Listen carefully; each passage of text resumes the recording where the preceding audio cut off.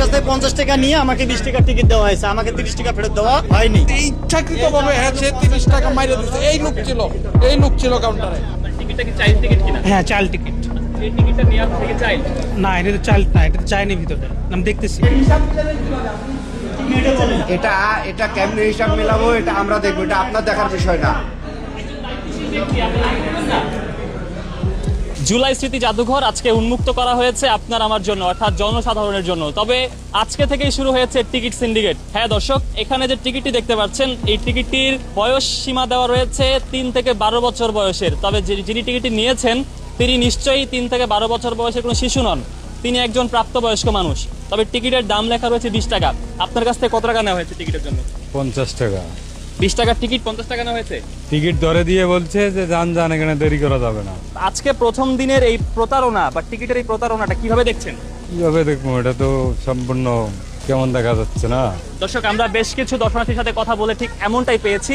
একটা 20 টাকার টিকিট একজন প্রাপ্তবয়স্ক ব্যক্তিকে 50 টাকা বলে হাতে ধরিয়ে দিয়েছে এবং তারা ভিতরে আসার পরে যখন যাচাই করে দেখলো টিকিটে কি লেখা, তখন দেখতে পেলো 20 টাকার টিকিট, তার কাছ থেকে 50 টাকা নেওয়া হয়েছে। কিন্তু এরকম অব্যবস্থাপনা আজকের দিনের জন্য সত্যি অপ্রত্যাশিত। আমরা কথা বলবো কর্তৃপক্ষের সঙ্গে, জানবো কেন এরকম দুর্নীতি হচ্ছে টিকিট নিয়ে। তখন আমাদের সার্ভার ছিল না, টিকিট প্রিন্ট ছিল না। খাবো এই চাঁদাবাজ তিনজনের যাতে শাস্তি হয়।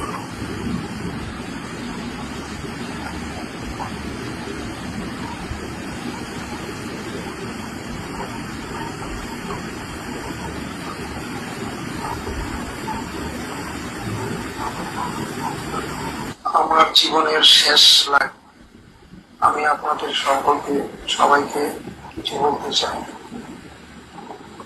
আমাকে বিগত সরকার যাওয়ার পর বিএনপি নামধারী 3 চাঁদাবাজ পীতাম্বর সরগলির পাশের গলির মৃত আবু ছেলে শমশের আলী, শাহাদাত আলী, আয়ুব আলী, এই 3 জন আমাকে ভাড়ার নামে চাঁদা দাবি করে আসছিল।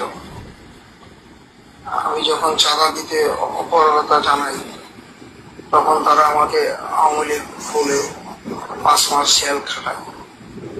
5 মাস জেলে থাকা অবস্থায় আমার বউকে জোর করে নিয়ে গিয়ে ওরা একটা স্টাম্প করে আমার দোকানের নামে স্টাম্প করে, যে দোকানের নাম স্বপন ঘোষ অ্যান্ড সন্স, বক্সিরহাট। স্টাম্পের মধ্যে মিতাই স্টোর